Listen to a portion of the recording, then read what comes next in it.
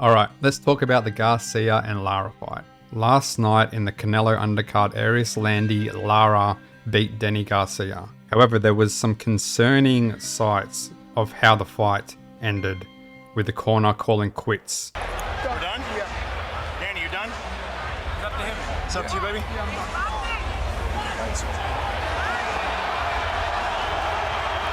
So we just want to talk about what actually happened with the Lara versus Garcia fight, because it did end quite oddly. Let's do it.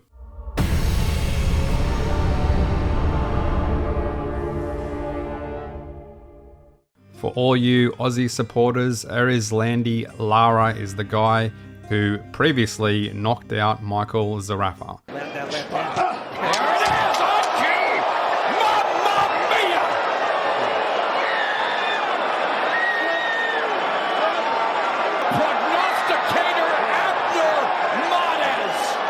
So some of you are probably happy with that, and very few probably aren't. The Lara vs Garcia fight was seen as very boring because it was a bit more tactical of a fight, especially on Lara's side of things. And for me, I thought it was Danny Garcia who was trying to be a bit more tactical in his approach, but he was very standoffish, which I found coming into the later rounds a bit odd why he wasn't pressing forward and taking risks. And even in my live stream I mentioned he needs to be able to win the fight, because he was definitely down on the scorecards, and to win the fight he needed to press forward, he needed to take risks. Garcia's just not doing enough.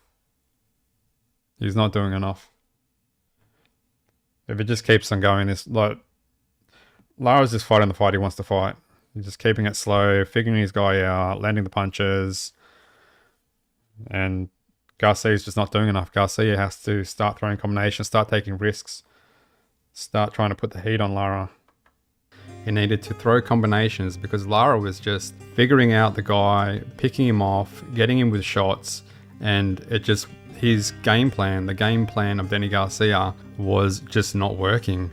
So I found it a bit odd that him and his corner was not changing the game plan, and they were just sticking to the guns, and he was just being standoffish and trying to find shots that just weren't there, and just not really doing much at all. It was very inactive. And Lara was just picking his shots, taking his time, and eventually getting some good shots in and just doing enough just to score the points on each round, and just doing what he had to do. He didn't have to do too much other than win the rounds. And then in the 9th round, Denny Garcia gets dropped with a straight left hand that seemed to have had nothing behind it. Whoa, whoa! With a little dinker right hand, it's going to come out of nowhere. See? Right there, boom.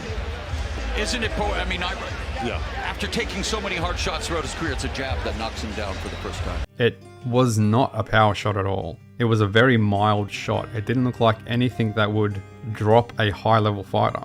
So that was a little bit concerning to see him get dropped so easily. And the only reason why he got through the 9th round was because it was the final stages of the round and he was saved by the bell. And immediately, as soon as he got to his corner, that was it. The corner just ended the fight. Like they knew something was not right. Whether it was in training, whether it was the lead up to the fight. Denny Garcia's dad was in the corner, so he's obviously going to care about his son and look after him. So straight away, as soon as he got into the corner, that was it. The fight was over almost before he even sat down. So his corner definitely knew that there was something not right with Denny Garcia. What that is, I'm not too sure. So as soon as I seen that knockdown, it just all made sense to me why Garcia was fighting the style that he was fighting, because he was not pushing the pace, he was not taking risks, he was not doing what he needed to do to actually win the fight or win rounds, because Lara was just picking him off and just taking his time. The crowd was booing. That's how boring they seen the fight.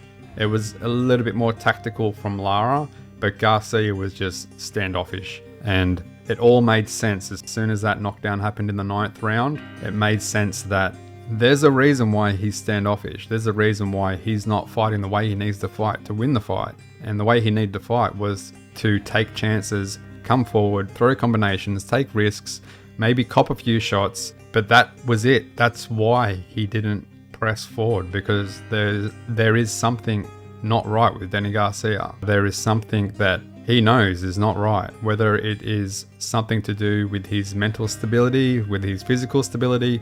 I don't know. I can't speak on that, but there is obviously something wrong with him that is affecting his chin, because that shot in the 9th round, there was nothing behind it. And it was not a high level punch that would knock out a high level fighter. So there was something definitely odd with that. I know Garcia's had a layoff for over 2 years due to mental health, and that could possibly be a reason why his chin is the way that it is. We all know, like, everybody's heard it so many times. If you're around boxing and you're a fan of boxing, you would have heard a million times that boxing is mostly mental, which is true. It's mostly a mental game. Yes, there's a massive physical component of it, but the mentality of it, the mental game in boxing, is a make and break for a fighter, especially a high level fighter. And possibly there is something still not right with Garcia mentally, and that would definitely affect his chin. And if you don't have that mental clarity, and if there's a chink in your mental armor, you're more vulnerable to getting stopped, to getting knocked out, to these things happening where you get dropped. You're more vulnerable to what happened in the 9th round. So there is definitely something not right with Danny Garcia. I don't know whether it's mental, whether it's physical, whether it's both, but I think his corner knows what's going on, and they know that there's something not right, and that's why they called a halt straight away. As soon as he got dropped, it's over, it's done, night's finished, and possibly the career for Danny Garcia. And for Danny Garcia, boxing is just a sport. I know some high-level fighters, it's a livelihood, but your life is more important than your livelihood. Being alive is more important than having a livelihood. So he needs to take care of his mental health first before trying to push himself to stay in a sport that maybe he's not prepared to do anymore. Which is fine, it happens. That's what happens in some careers. And when that happens, it's time to hang up the gloves, which maybe it is for Danny Garcia. So I think Danny Garcia and the team around him and his dad, everybody, his loved ones, his family, his friends, they all need to have a think about what he does next, where he goes next, if he continues to fight. Looking at that fight against Lara, it doesn't look like he should continue, but that's a conversation they obviously have to have. And if he doesn't continue, I think to help support his mental health, I think he needs to stay involved in boxing. If it's truly a sport he still loves, stay involved in boxing, do things that involve boxing. Look at training fighters. Obviously his dad trains him, so I'm sure there's other fighters within the stable that he can focus on, and that will help his mental stability by staying involved in the sport, but not being involved in the sport at the same time. Just walking away from the sport is hard, and that's when your mental stability and mental health can come crushing down, especially if it's been a livelihood for you. If that sport has been your career for the past 10, 15, 20 years, that is when your mental decline happens as soon as you walk away from it. And it happens with all sports. So my advice to him would be to stay involved in the sport if he's going to retire. But that's a decision for him and his family and his team.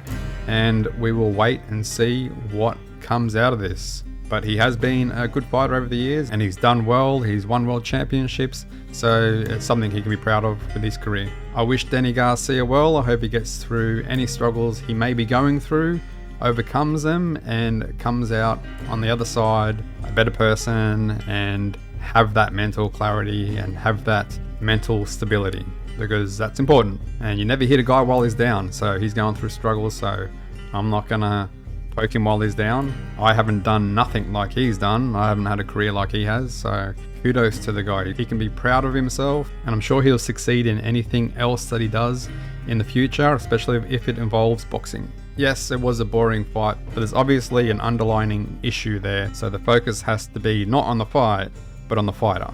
Anyway, that's my 2 cents. That's all I got. Until next time, peace out.